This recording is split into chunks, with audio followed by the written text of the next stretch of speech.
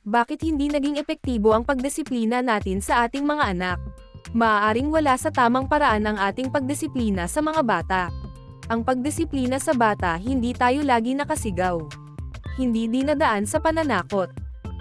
Hindi kailangan saktan. Paluin kung nagkamali. Huwag paluin na parang gusto natin saktan sila ng todo. Saan ba dapat paluin? Sa malambot na bahagi ng kanilang puwet, hindi kung saan-saan na lang ng parte ng kanilang katawan tatama ang pamalo natin. Hindi tayo nakikinig kapag meron silang gustong sabihin. Binabalewala natin ang kanilang mga nararamdaman. Nagkulang tayo ng pagbibigay ng atensyon sa kanila.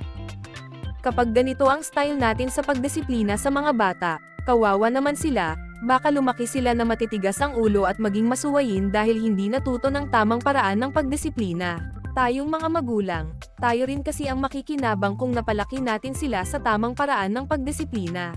Thank you for watching. Subscribe, like and share.